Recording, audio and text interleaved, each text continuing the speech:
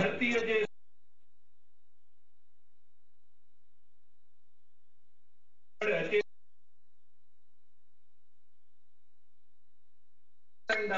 इंशाअल्लाह ताला ऐं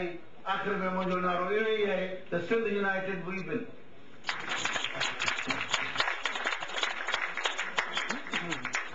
अञा रुञ मां रड़ अचे थी मता सम्झो मुआ मोर सारा। इहो हुयो सिंध यूनाइटेड पार्टी जो मरकज़ी सदर मोहतरम साईं जलाल मोहम्मद शाह साहब। हाणे आउं हिन किताब जे लेखक आख़िर में हिन किताब जे लेखक खे हिननि सिटुनि सां सॾींदुसि त के माण्हू तारीख़ थियनि था, हिन धरतीअ जे सीने ते अहिड़ी गहरी चीख थियनि था जा जनता खे जाॻाए थी, जा दुनिया खे बदिलाए थी। साईं रोजीराम साहब। जलील साहब, मोहतरम उमरानी साहब, मोहतरम सदर जलाल साहब, राम शाह साहब ऐं मुंहिंजा प्यारा भाउर भेनरूं, आउं इहा ॻाल्हि ॿुधाइणु चाहियां थो त मुंहिंजी घरवारी बि हिन मजलिस में शरीक थियणु आई आहे। उन्हनि जा पंहिंजा ख़्यालु कनि था, उन्हनि जी बि मदद मिले थी कमु करण में, ऐं आउं मुंहिंजो शुक्रगुज़ार आहियां जंहिं जलसे में पाण हाज़िर थी आहे। साईं जलाल मोहम्मद शाह साहब ॻाल्हि कई, असांखे हीअ बि खपे, असांखे हीअ बि खपे, सिंध आज़ाद बि खपे, हुकूमत ख़राबु न खपे, सुठा माण्हू खपनि, माण्हुनि खे सभु कुझु मिले। पर इहो असीं 60 सालनि खां कोशिशि करे रहिया आहियूं, असांजी मंज़िल किथे पइजी आहे। छा असांखे ओञाण ॾिसण में अचे थो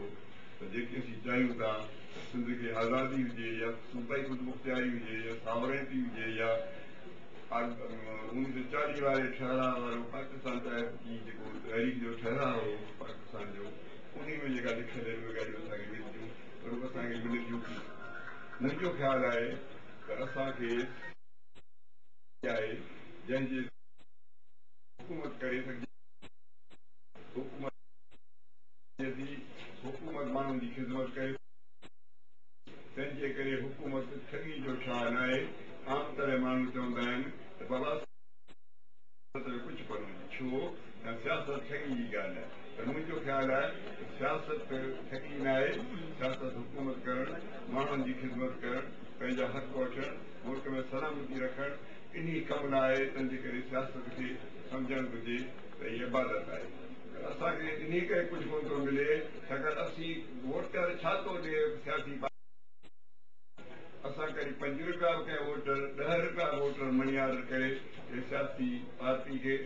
या उम्मीदवार खे मोकिलियां त आऊं ही तूं मदद में तोखे पैसा ॾियां थो। हर को वोटर चाहे थो त मूंखे मोटर घरां वठणु अचे, मुंहिंजी मानी खाराए, मुंहिंजे सूबेदार वटि कमु करे ॾे। हाणे जे मूंखे पैसा खपनि त पैसा ई ॾिए। उन्हनि माण्हुनि खे छा मिलंदो सियासत मां? जेसीं वोटर सियासी पार्टी सां गॾु न थींदो या सियासी पार्टी अहिड़ी ॻाल्हि न कंदी जंहिंमें वोटर न अचे त पोइ उहा सियासत कहिड़े कम जी आहे? असां जेका सियासत कयूं था, वोटर जी जेका ज़हनत आहे उहा ज़हनत बि हुनखे तकलीफ़ हुजे थी, छाकाणि उहो न कंहिं सियासी पार्टी जो मेंबर थो थिए। मुंहिंजो ख़्यालु आहे हर माण्हू खे, हर शहरी खे हक़ आहिनि, उन हक़नि जे लाइ करे हुनखे कंहिं न कंहिं सियासी पार्टी में शामिलु थियणु खपे, घटि में घटि को सियासी नज़रियो हुअणु खपे। हिन उहे जी सियासत हले। जेसीं वोटर सियासी पार्टी में शरीक न थींदा, तेसीं सियासी पार्टी न हली सघंदी। हाणे सियासी पार्टी में वोटर कीअं शरीक थियनि, उहे ॻाल्हियूं असां शाह साहब सां राम शाह साहब सां बहस कयूं आहिनि, नतीजा कढिया आहिनि, ऐं उन ॾिस में मूं हीउ किताबु लिखियो आहे। किताब में जेके सवाल उथारियल आहिनि, ऐं विच में इहा ॻाल्हि मौलवी साहब जी चई वञा त मौलाना अंस साहब असांखे तकरीर में न ॿुधायो आहे त मौलाना उबैदुल्लाह सिंधी जो नज़रियो छा हो, सिंध जे बारे में नज़रियो छा हो, सियासत जे बारे में नज़रियो छा हो, मज़हब जे बारे में नज़रियो छा हो, इंसानियत जे बारे में नज़रियो छा हो, उहो असांखे न ॿुधायो आहे। छाकाणि मौलाना उबैदुल्लाह सिंधी हिंदुस्तान जे तारीख़ में इन जे मुक़ाबले जो को विरले माण्हू थियो हूंदो जे इन सियासत खे, मज़हबी ॻाल्हि खे, मज़हब खे सेकुलर करे पेश कयो। मौलाना जॾहिं रूस वियो ऐं रूस जो वारनि सां ॻाल्हाई, बाबा इहो तव्हां फ़लसफ़ो कढियो आहे कम्यूनिज़म जो, इहो इस्लाम में कम्यूनिज़म आहे, माण्हुनि जे हक़नि जी ॻाल्हि आहे, सभु मिल्कियत माण्हुनि खे ॾियो, इहो असांजे इस्लाम में आहे। त हुन कामरेडनि पुछियुसि त उन्हनि सां ॿुधायो इहो नज़रियो किथे अमल में आयो आहे चई हा अमल में आयो 1300 साल खे 1300 साल खे हींअर किथे हले थो मोदी साहिब त हींअर किथे कोन थो हले बाबा पोइ इहो कंहिं कमु जो आहे जेको नज़रियो नथो हले मौलाना यूरोप जे फलसफे खे पढ़ियो इटली में वियो ॿियनि मुख़्तलिफ़ हंधनि ते वियो सिंध में मोटी आयो त वञी हिकिड़ी पार्टियूं ठाहियूं ऐं मौलवियुनि खे चयो त तव्हां बाबा सूट पायो तव्हां कोट पायो तव्हां टाई ॿधो मथे ते टोपलो विझो ऐं माण्हुनि असां में जो अहसासु कमु तरीक़े खे ज़रूरत आहे उनखे कढियो कंहिं बि मोल हिकु माण्हू खां सवाइ तव्हां न ॿुधा हूंदा उन्हनि खां सवाइ कंहिं बि ॿिए माण्हू मोदी साहिब जे चवण ते उहो ड्रेस न बदिलाए मोदी रबानी साहिब मोदी खे चयो उन्हनि खे बसि तूं नथो ॾाढी पूरी त आऊं छो पूरियां मोदी अब्दुल रबानी न घुरायो तंहिं हुनखे चयो त मोदी साहिब तव्हां छो ॾाढी रखी वेठा आहियो मूंखे ॾाढो ॾाढी घुरायो चई मुंहिंजे ज़हन मां उहे ख़्याल ॾाढी वारा जेके अजाया ख़्याल आहिनि सो निकिरी चुका आहिनि तव्हांजे ज़हन में पिया आहिनि तंहिंजे करे आऊं चवां थो त ॾाढी सां गॾु जेके ॻाल्हियूं आहिनि उहे ॻाल्हियूं तव्हांखे गुलाम बनाइनि थियूं आज़ादी त नथियूं वञनि तव्हां पंहिंजे मज़हब जो सही मक़सदु सम्झो न आहे तंहिंजे करे मूं चवां थो त जेका ॾाढी यादी आई आहे तव्हांखे यूरोपी सम्झण में तंहिंजे करे मूं चयो आहे पूरायो सूट बूट पायो तंहिंजे करे मूं चयो टोपो पायो हीअं बि चयो हारियुनि में कमु करण था वञनि सिंध में हारी का मीटिंग सिंधी जे ख़्याल खां पोइ शुरू पहिरीं हारी का मीटिंग में मौलवी आया हुआ 1920 जे ॾहाके में ईअं सखर बराज खुलण वारो हो ऐलान थी वियो त सखर बराज ठहंदो तॾहिं सिंध में हलचल हली हुई हारियुनि जो कमु कयो वञे उनमें पहिरीं उनमें मौलवी साहिब उबेदाई हुआ उन मौलवियुनि उनमें हिसो वरितो उहे शरीक थिया 6 ताईं हारी कमेटी में हुआ आख़िरी हारी कमेटी जो सदर हो सो मौला उबेदा सिंधी जो शागिर्द हो अज़ीज़ुल्लाह जरवार साहिब सिंध हारी कमेटी जो सदर हो ऐं उहो उन मौला उबेदाई सिंधी हो तंहिंजे करे मूं हिन किताब में 3 ख़तनि में उबेदाई फिक्र जो ज़िक्र कयो आहे मौलाना अंस साहिब खे ऐं ॿियो नूर अहमद सिंधी खे त मौलाना उबेदा सिंधी हीअ चयो उन ॻाल्हि में जॾहिं वेठा आयो हुई या न छॾो उन खां अॻिते हलो हीअं आउं ॾाढो शुक्रगुज़ार आहियां त मुंहिंजो किताबु चङी तरह पढ़ियो आहे गुरानी साहिब ऐं मूंखे ख़बर न हुई त इहे ॻाल्हियूं मूं लिखियूं आहिनि इहे कहिड़ियूं वैल्यूएबल आहिनि अहिड़ियूं क़ीमती आहिनि जहिड़ियूं गुरानी साहिब चयूं ऐं उन सां शुक्रगुज़ार आहियां जो मुंहिंजूं अखियूं खोलियूं आहिनि त जेकी मूं लिखियो आहे सो रिलेवेंट आहे सो कम जो आहे ऐं कमु अची सघे थो सिंध जी सियासत जी ग्रामर थींदी असां किताब जो नालो रखियो सिंधी सियासत जी ग्रामर पोइ चवंदी हो अंग्रेजी नालो आहे अलाए सम्झ में अचे न अचे तंहिंजे करे उहो नालो कटे छॾियो अथऊं ऐं वरी ॿियो नालो लिखियो ऐं वरी मौलवी साहिब मुंहिंजो उबेदाई मौलवियुनि सां वास्तो ऐं मौलाना मोहम्मद सादिक खॾे वारो जो कांग्रेसी मौलवी हो उबेदाई मौलवी हो देवबंद जो पढ़ियलु ऐं उहो उन माण्हू केतिरनि ई इनकलाबी कमनि में हिसो वरितो आहे जेका जंग हली कलात जी उनमें हिसो वरितो जॾहिं उहो माण्हू डॾे विया अफ़गानिस्तान तॾहिं कोन हिसो वरितो मौलाना उबेदा सिंधी जॾहिं कराची में आयो ऐं जहाज़ में लथो त सिंध जो वॾो वज़ीर अदाब सूरो हुनखे वठण लाइ आजियान करण लाइ हवाई सी पोर्ट ते वियो क्यामारी उते मौली साहिब चयो मुंहिंजो दोस्त मौलाना आहे सादिक खॾे वारो ऐं मुंहिंजे दोस्त रहनि ऐं चीफ मिनिस्टर हाउस में न वेंदुसि इहे ॻाल्हि बि मथां सम्झो मौलाना साहिब उहे सभु ॻाल्हियूं कंदो मूंखे मूं वटि ईंदो मौलाना मोहम्मद सादिक जो पुटु हाफ़िज़ इस्माइल उहो मीर साहिब ईंदो त मूं वटि तरसंदो पोइ मौलवी जेके मस्जिद जा हुआ सो गॾिजी आया मौलवी साहिब चयूं त हाफ़िज़ साहिब खे बाबा हीअ वाणियूं आहिनि वटि छो थो तरसे असीं मौलवी वेठा आहियूं वरी मस्जिद में वेही असां बदिलाइनि हुन चयो न इहो सुवालु वाणी या दूर मुस्लमान जे लाइ हीउ समझदार माण्हू जो आहे मूंखे हिन माण्हू वटि वञण मां मज़ो थो अचे त आउं हिन वटि ईंदुसि तव्हां वटि न ईंदुसि पोइ मूंखे आउं वरी हिकु दफ़ा वञी मोहम्मद सादिक जे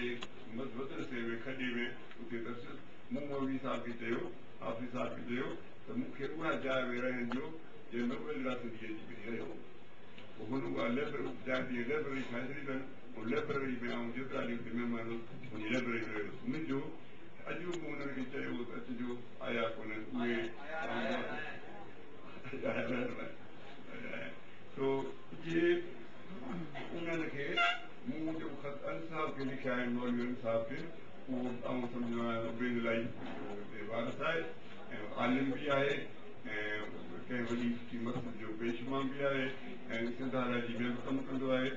त उनखे मूं ख़त लिखियो उबेद इल्मु इहो यूरोपी फ़लसफ़ो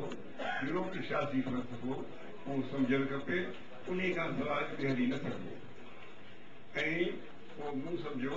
त मौलवी साहब इन मुंहिंजी ॻाल्हि ते को रोशनी विझंदो या जा मूं खां घुर कई आहे त यूरोपी फ़लसफ़ो बि इस्तेमालु कयो वञे उन खे बि सम्झियो वञे छाकाणि मौजूदा ज़माने जा नवां सियासी ख़्याल फ़लसफ़े जा ख़्याल साइंस जा ख़्याल टेक्नोलॉजी जा ख़्याल इहे सभई यूरोपी फ़लसफ़े सां मुंसलिक आहिनि असीं सभु यूरोपी ॻाल्हि ते हलूं था असां वटि घर में का बि अहिड़ी शइ न आहे असांजे पीउ ॾाॾनि वटि हुजे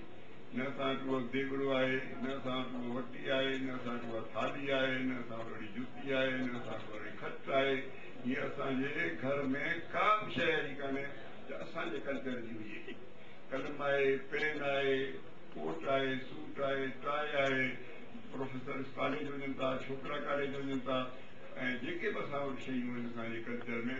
उहे सभु यूरोपी कल्चर जूं आहिनि असांखे सम्झणु खपे त इहो ईअं छो थियो आहे छो असीं यूरोपी कल्चर खे ॻंढिजी विया आहियूं या छा असांजे कल्चर में या असांजी ॻाल्हि में कहिड़ी कमी पेशी आहे इन ॻाल्हि खे हलण लाइ ज़रूरी आहे त सियासी पार्टियुनि खे मदद कजे मूं लाइक़ु सम्झो साईं जलाल मोहम्मद शाह साहब खे त हिन में लियाकत बि आहे इल्म बि आहे जज़्बो बि आहे तारीख़ बि आहे ऐं भाड़े जा पैसा बि अथसि असीं पंहिंजी ॻाल्हि इन खे चयूं तव्हां भरिसां आहे जिते ॿुधनि जो आहे छा करणु नालो आहे भरिसां जो ॿुधनि जो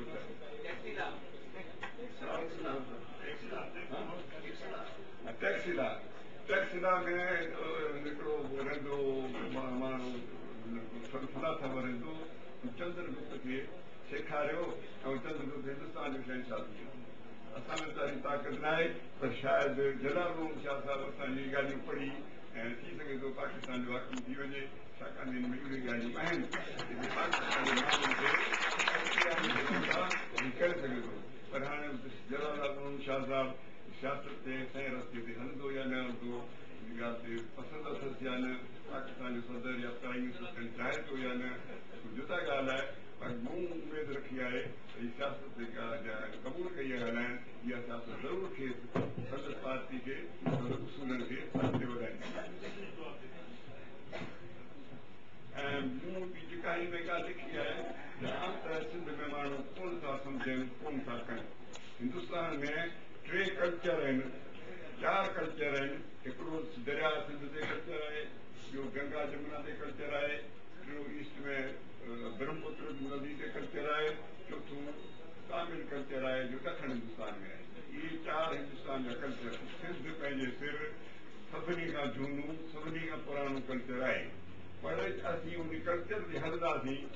त ॻाल्हि कुझु कोन्हे सिंध जो माण्हू सिंध जे हिन हींअर वक़्त ते हाल करण लाइ कोन थो कोशिशि करे पर चवे थो मोहन जे दरे जो वारस आहियां मोहन जे दरे वारो माण्हू आहियां इहा ॻाल्हि करे थो भिटाई जेके मुंहिंजे हर ॻाल्हि ते अहिड़ो शहर कयो अथई दुनिया में कहिड़ो शाइर आहे इहे सुठा माण्हू आहिनि बाबा तूं कहिड़ो सुठो थियो आहीं तूं माण्हुनि जे लाइ छा कयो आहे मोहन जे दरे वारनि छा कयो ॿिए जॻह चेक कयो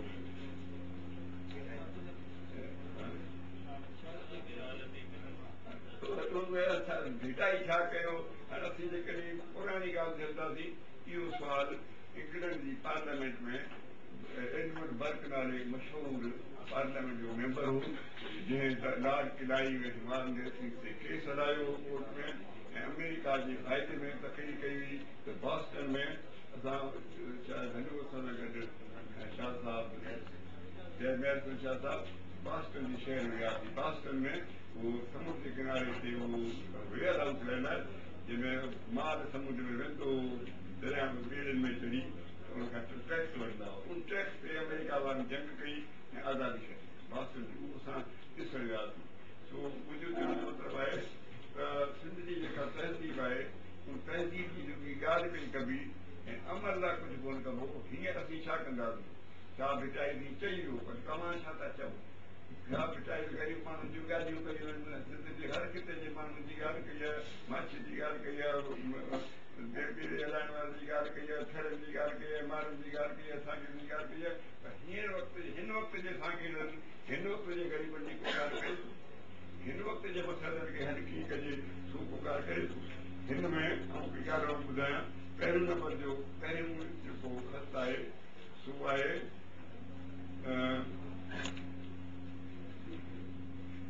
सिंध यूनाइटेड पार्टी 6 ऐं 4 इहो मुंहिंजो ख़त 9/1/2007 ते काविश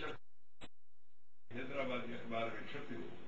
उन ख़त छपण खां पोइ उन में मूं लिखियो त कम्यूनिज़म हाणे मसइलो हल न कंदियूं छाकाणि उहा हाणे ॻाल्हि जंहिं हालात ते कम्यूनिज़म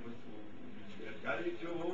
सो हालात हींअर न आहिनि उन वक़्त जा जेके इंग्लैंड जा हालात ओड़ा इंग्लैंड जा हालात न आहिनि असांजा हालात आहिनि त जेके इहो इनकार करणु आहे इहो अख़बार में पढ़ी मूंखे डॉक्टर नज़र खान जहिड़े वॾे आलम ख़त लिखो मूंखे हुनखे कोन थियो उन में लिखियो त जेकॾहिं कम्यूनिज़म हाणे कमु नथी करे त असीं छा कयूं उन मूंखे ख़्यालु में आंदो ऐं ॿिया बि ख़त लिखां ऐं इहो कम्यूनिज़म न आहे त छा कयूं कम्यूनिज़म कंहिं कम जी न आहे या उहो को कमु नथी करे सघे त पोइ छा कयूं उन ख़्यालु डॉक्टर जेको सुवाल मूंखां पुछियो उन सुवाल खां मुतासिर थी मूंखे ख़्यालु आयो त ॿिया बि मज़मून लिखिया वञनि ऐं इहे ॻाल्हियूं लिखी वञनि ॿी ॻाल्हि आहे त जेकॾहिं वार नेस्टिंग खिलाई ते इंग्लैंड जी पार्लियामेंट में केस हलियो तॾहिं जॾहिं केस हली शायदि ई पूरी थी 9 ॾींहं एडमंड बर्क तकरीर कई भई केस हलाए पूरी कई हींअर 40 जे केस में तकरीर कई 4 ॾींहं लाइ इहो 9 ॾींहं पार्लियामेंट में हलंदड़ केस जी तकरीर कई उन तकरीर में हुन चयो त वार नेस्टिंग चए थो त मूं हिंदुस्तान जे माण्हुनि जो हिंदू धर्म इस्लाम जो फ़लसफ़ो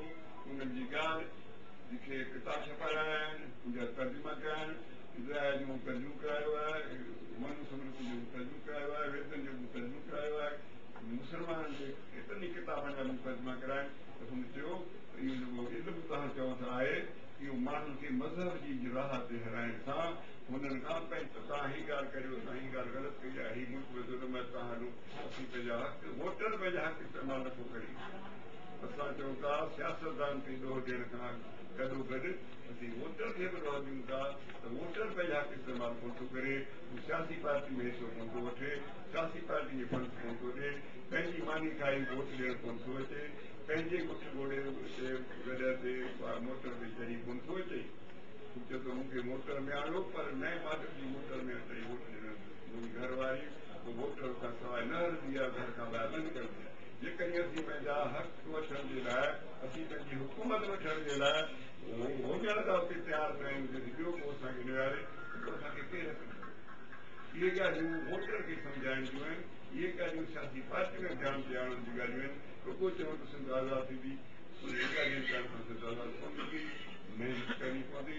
अहिड़ियूं ॻाल्हियूं सम्झणियूं पवंदियूं इल्म जूं ॻाल्हियूं सम्झणियूं पवंदियूं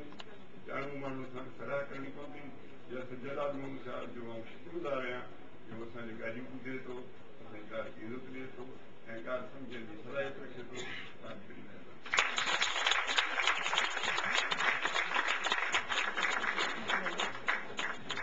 इन वक़्तु चांहि आहे